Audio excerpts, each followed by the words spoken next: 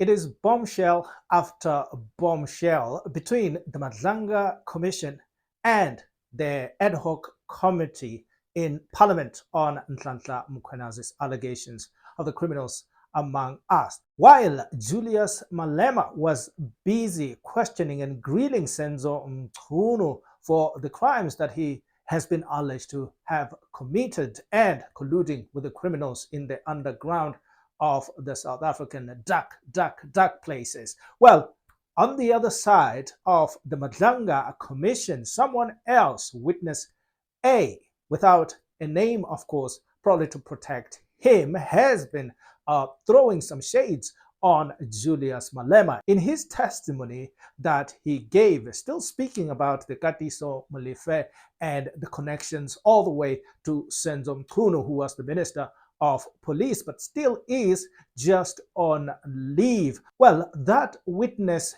A has thrown some shade on Julius Malema. He started speaking about Molefe having interest in the mining in the Northwest. And all of that he mixed in the gangs of South Africa, the taxi bosses, and all the killers and murderers. And then he spoke and said in that grouping there's an individual named Z Ngumalo. And he said this Z Ngumalo is a person that's very close to Julius Malema. And he said that, well, Julius Malema is also close to another person that's also linked in that grouping of criminals, and that is General Sibia. And he said Julius Malema knows General Sibia very well, and that blew air into the country that's very much hot, and everybody was wondering what Julius Malema of the EFF. This is somebody that prides himself to stand outside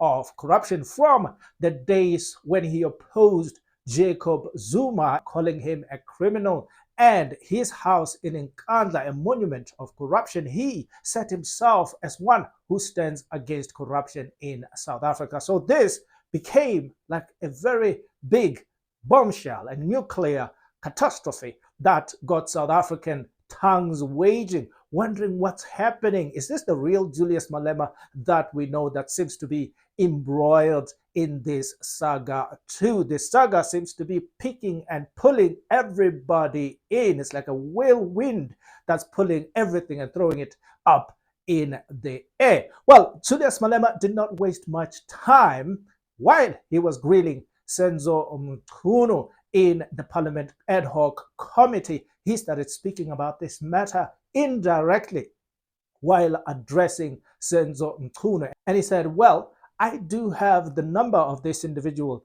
named General Sibia. However, me and him are not so much close.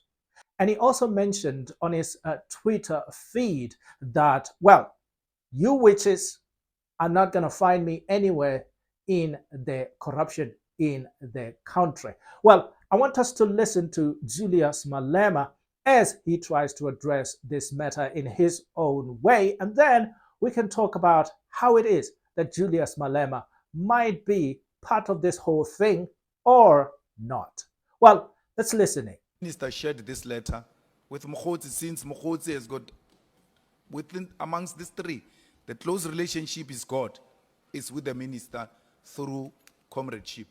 You don't call all those people you have. I've got contacts here. Some I even forgot, but I don't call them. I don't share any sensitive information with them unless those people are known to me and I'm confident and I know that I can describe my relationship with those people. Let's say, for instance, I've got General Sibia's number, like I do with many generals and ministers and deputy ministers. But I can't claim to be a friend, and Sibia can't claim to be my friend. But I know him. I will call him on matters of the police that I think, look, there is this issue and it seems like you're not paying attention and anything of that sort. I can't deny that, but to stretch it to comradeship, to stretch it to friendship, none of us can claim that kind of a relationship between us. Why would someone who says, if you are clean, go on, and then you see that as a threat? Because we get told that nonsense all the time. Malema is not there because he's not clean, he made CBA, and then I must be threatened by that. No, I'm If, not. yeah, I'm not if someone talking says to you, if you are clean, go on, and let's see what happens. I'll never see that as a threat because I'm clean. Actually, I'm continuing so that you can take whatever you want to take against me. It's If I fine. know I'm clean, I will never be blackmailed. If that is kind of a blackmail or a threat, why would you take something like that as a threat where a person says, if you are clean, go on, and you say, I'm being threatened? You're not being threatened. He's right. If you are clean, go on. And you are going on because you think you are clean. You have nothing to hide. You have never retreated from what you're doing because someone said, if he's clean, let him proceed. I don't think that is a threat. Why would you want to associate with such a character? Worse, if you say you don't know him. Because I was, for instance, associated with Matala. My wife's surname is Matala. And it was immediately assumed that I know Matala. I've never issued a statement. I've never written anything. I don't care what they think. I don't know the chap. But you, because you are lawyers, it's you. You pass all these big fences of maximum prison looking for an affidavit from an ethical man who's in prison. Julius Malema there saying that, pleading, saying, hey, guys, look, I'm going to come out straight up. I'm just going to come straight with you just in case this thing comes back to haunt me like it did Senzo Mkhunu when it came up that he knew or he somehow was related or connected to an individual called Brown Mokhotsi. Senzo Mkhunu said, well, I don't know the guy. I have no idea who he is or what he does, where he eats. I've got nothing to do with this guy. However, it came back for Senzo Mkhunu later on when the investigations continued. They found out that, well, Senzo Mkhunu does know this Brown Mokhotsi. It was only then when Senzo Mkhunu made a turn around and said, well, I know this Brown Mokhotsi, and recently even revealed that I have his number, and in fact, me and him do chat on the regular. So Julius Malema is also trying to preempt all of that because he knows once the investigations start, this whole thing can be blown right open, and he's going to become the guy that actually lied to the country. And I tell you what, you don't want to be that guy that actually lies to South Africans. We don't like people that lie, especially leaders that lie. We don't forgive when it comes to that one. So Julius Malema knows this very well, and he's trying to do damage control here. And he says that, well, I know this General Sibia, and in fact, I've got his number in my phone. I do sometimes talk to him regarding the work that he does as the Deputy Commissioner of the police in South Africa. And I do not have any other relationship with him other than the work relationship. He says, well, I know him as I am a politician and a member of parliament. Is this credible?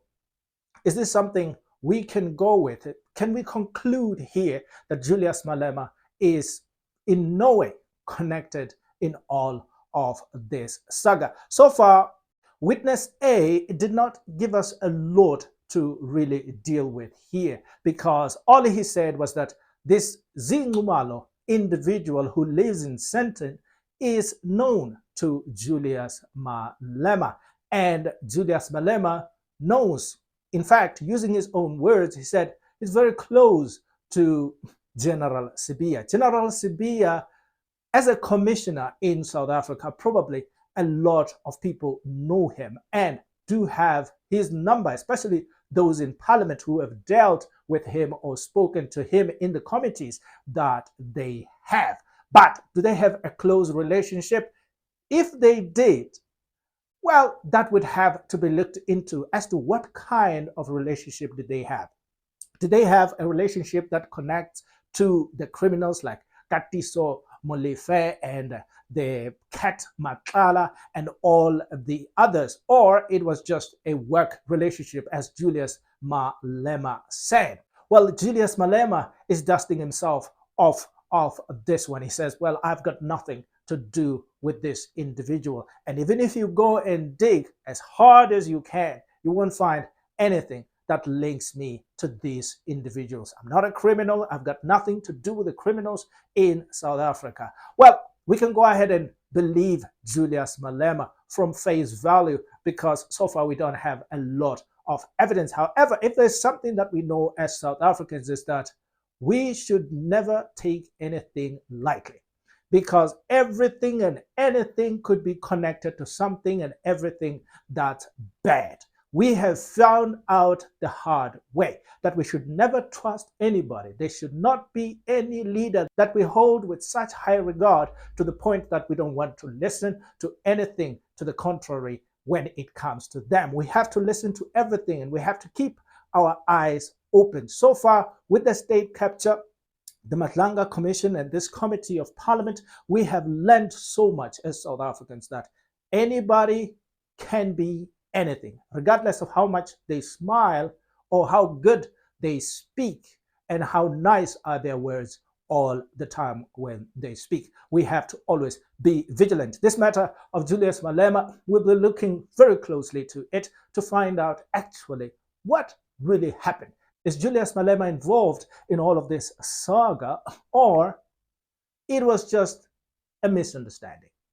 We're going to have to wait and see. Well, this will be the end of this segment. And if you made it to this point, thank you very much. Please remember to like and subscribe.